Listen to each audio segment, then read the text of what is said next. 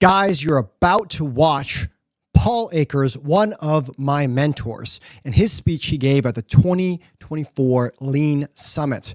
It was incredible. He goes through and he talks about different characteristics of all the people in your company and how to move them through to more and more excellence and continue to develop them. If you want to learn more about Paul, make sure you check the link below for his information. I hope you enjoy the video. All over the world all the time. And I'm all of a sudden I just said, why are they there? And why is other people there? Why are people in different spots on their lean journey? I started thinking about that. So welcome. Good morning, everyone. Got a lot of great people here. And we've been very fortunate. We've had people, I'll let you turn that down a little. Look at all the countries got represented here. Think about the effort that's gone into everyone coming here. This is pretty amazing, right? People from all over the world have got on planes, spent money, time away from their company to come here and learn. So with all this effort, you would think we have to make a big impact. Would you agree?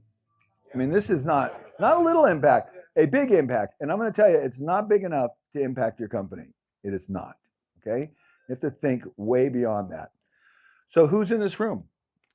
Some of the top leaders in the world, without a doubt. You know, we've got some pretty incredible people here. I know most of you. And the concept of this talk is 1-3-30. It's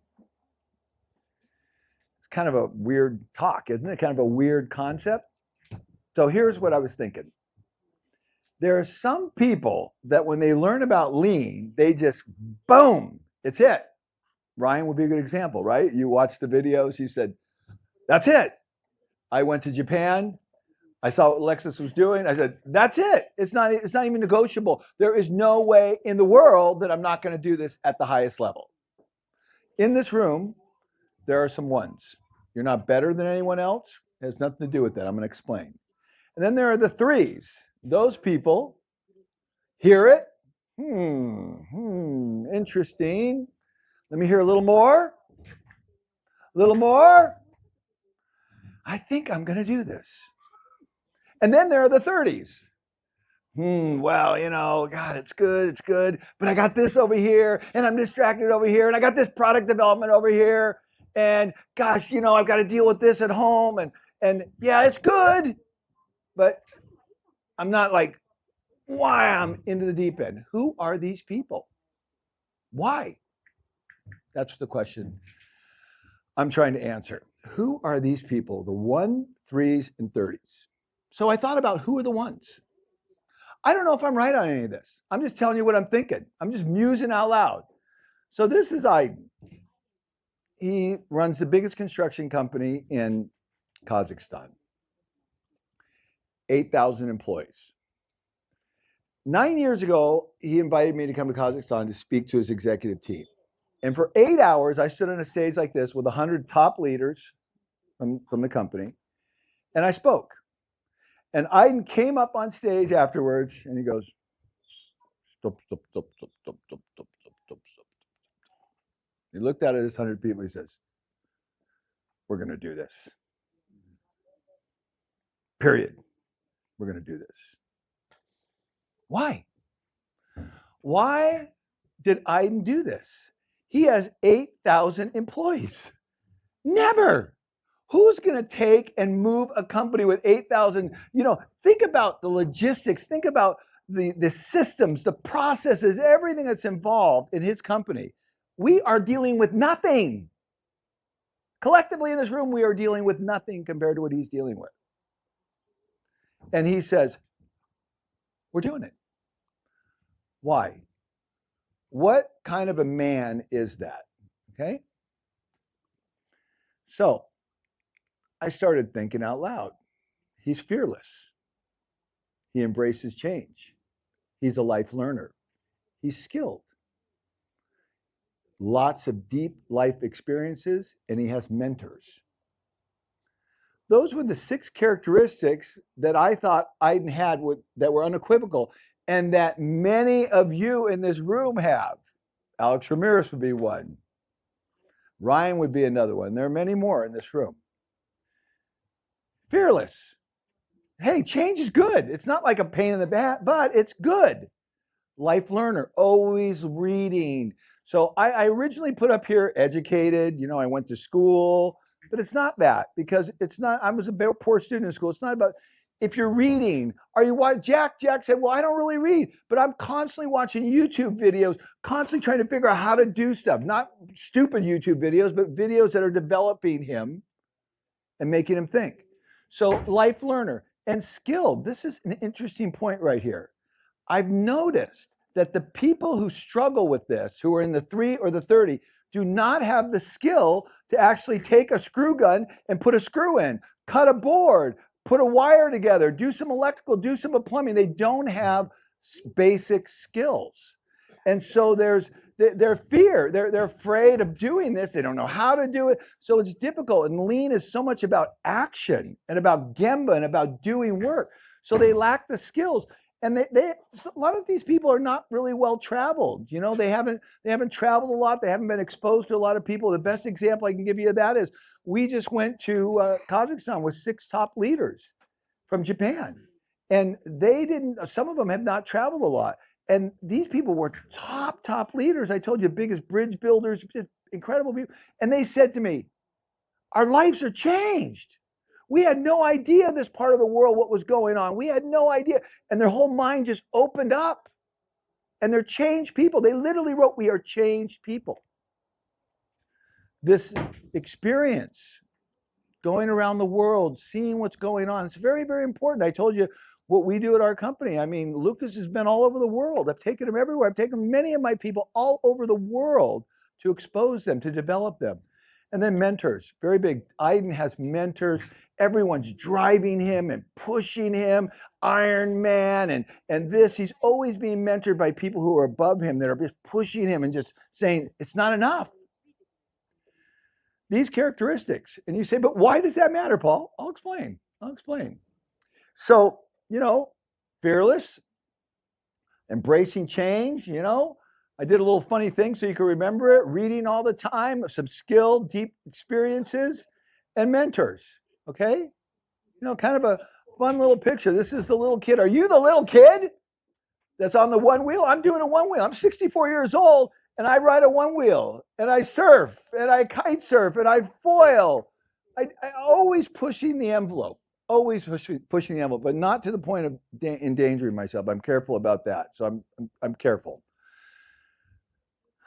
But it's very important here. I have so many mentors, Mr. Amazawa, Mr. Umemura, Bob Taylor. I could just go on and on and on. The people who are above me that are developing me.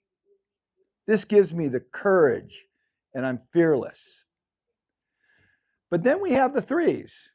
They have some fear. They're afraid, okay with change. They don't love change. They're okay with change. Some education, they've read a book a year, maybe a book every 5 years they're reading. But they're not reading. I'm reading every day. Every day I'm digesting amazing books. I just read Benjamin Netanyahu. I'm now on lessons from history. I just finished Elon Musk's book 8 times going through. I could just go through a list of books that I've read just recently. Nonstop, all the time. But very little education. Occasionally read some books. They haven't traveled a lot. These people generally have not traveled a lot. It's no fault of theirs, but there's a deficiency. They have some skills, maybe they could pick up a screw gun and put a screw in, but it's not like their bailiwick. It's not what they're really strong at doing. Okay. And then mentors, there might have been one person, their grandfather was helping them at some point, but it isn't the main thing of what they do. They don't seek out advice. I know Ryan's told stories that you told stories where you knew people in Ireland and you called them up and they were top leaders that I want to meet with you. And the 3 brothers went and met with them, right? Yeah, exactly. This is like, get it, right? Are you getting it? Do you have a mentor? Are you after a mentor? These people are not. No problem. I'm going to explain. I'm going somewhere with this whole thing. You'll see. Okay. This girl, when she did her changes, she started doing some changes, but she had some fear, but she started doing pretty well. And the more improvements you made, the better. And then we have the characteristics of the 30. These people have lots of fear. They're afraid of getting whacked. They avoid change because it's a lot of work. They probably never read a book in their life, and very few experiences. They're living in their little world. They go to the store, get a beer at night, whatever they're doing. Minimal skills, maybe just the skills they have to do to get by every day, but not a lot. And they definitely do not have a mentor. And I engage these people every day. So these people contact me. God, I saw your book. I read it. It's incredible, but I don't know what to do. You don't know what to do. It laid it out in the book clear, crystal clear. How would you not know what to do? Right? They're paralyzed. They don't have any experience. They don't have any basis to go on. So why does this matter? Because you need to know your people. You need to know where your people are.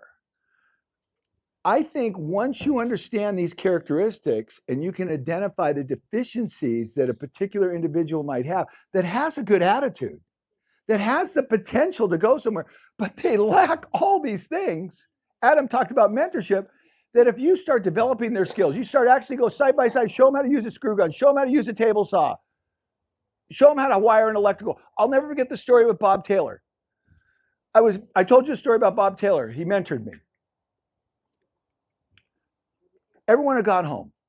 We were hooking up a new sander, and it was 220 power. I didn't know 220 power. And Bob goes, okay, let's hook this up. And he's taking everything apart and wiring the box and doing it. I said, Bob, how did you learn this? He goes, well, I just got in there and tried. And, somebody taught me one thing and I learned another thing and I learned another thing. But there was Bob Taylor teaching me the skill to do electrical, right? I didn't have that skill. So you get in there and you start teaching them those skills. You identify the problems and you embrace it. Lucas would be a great example. Lucas was not really good at leading in the beginning. He was afraid of leading. He didn't want to confront people. He didn't want to get in people's face. I pulled him in the conference room 100 times. 100 times. Okay, Lucas, what's the problem? Okay, tell me the problem. Okay, I role play. This is what I'm going to do. Okay, Lucas, role play back to me. Okay, go out and do it. Right? Back in. See what I'm saying? You need to teach these skills to your people, particularly if they have potential, right? This is a concept. We need to know where our people are. Are they 1, 3, or 30? And if they're good people and they want to learn, if they're Liams, if they're Stewarts, if they're Alexes, if they're Jakes, we need to develop them. Find out where the weakness is. Develop them with knowledge. Understand deeply what's going on here. What's my recipe? It's very simple. I look at these things and I develop systems that support the outcome. Who was it that said that profound quote last night? Come on, help me. Who was the one that said the indicator's norm? What was the quote? The indicators. Get a microphone. Get a microphone for him. Turn it on. We got to hear this. Say it again. Ideal results are preceded by ideal behavior. Okay. We want the results. We want these great leaders, but we have to develop these. So fear. Everyone leads the morning meeting in our company. I don't care who you are. You've never stood up in front of people before.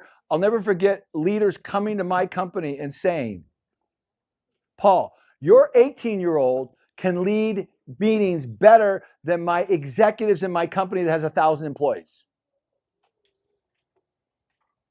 That didn't just happen. We made them overcome their fear. Change. We embrace change everywhere, everything we do. History, education, every day we have a history lesson. And then experiences. We expose our people to people from all over the world. We have people coming to our company from all over the world. And we take our people all over the world and we teach them the skills. Lucas tells a great story that a guy, you taught him pneumatics. What was it? Hydraulics or pneumatics? Go ahead. Okay. Microphone. Yeah, Brian. Stand up. Brian, he's recently became our production lead, and he's really artistic and into making things, but has no technical skills. No technical. And so taught him everything about solenoids, how to wire them, how to put together pneumatics, and actually teaching him a little bit of basic CNC now too. And Brian is awesome, posting videos almost every day on our website, all the improvements. He just blows me away. But we're developing those things. We're deliberately and intentionally developing those things, and we're mentoring, as Adam said yesterday. We got to do it. So check this out. Let's go to Kazakhstan. Who would have thought that when 9 years ago, I'd meet Aiden?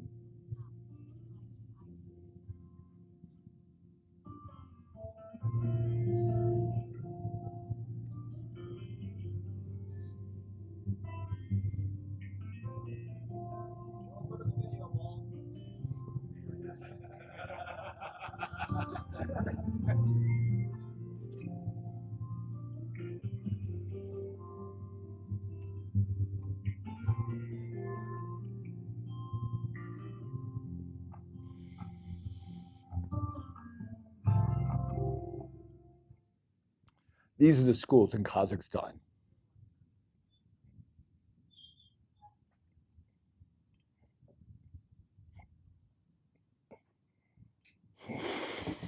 Wow. Who would have thought we could have that big an impact? This is what fearless leadership looks like. That Aiden's rebuilding the schools in Kazakhstan. 37,000 students. He has built schools for 37,000 students based on what he's seen in Japan. Do you understand the impact we can have? We got to get this right. We got to see the deficits in our people, help and develop them, mentor them. And we need to go way beyond the walls of our companies. We need to change our culture and our society and our countries. Mommy Han said it. I'm trying to tie it all together. Are you Team Australia, Team New Zealand? Someone here said they're asking schools to come. That's the starting point of the tours. No excuses anymore. You were invited here to make a difference in the world. Let's do it, okay? Thank you. Thanks so much for sticking around to watch. Please help us by watching this next video.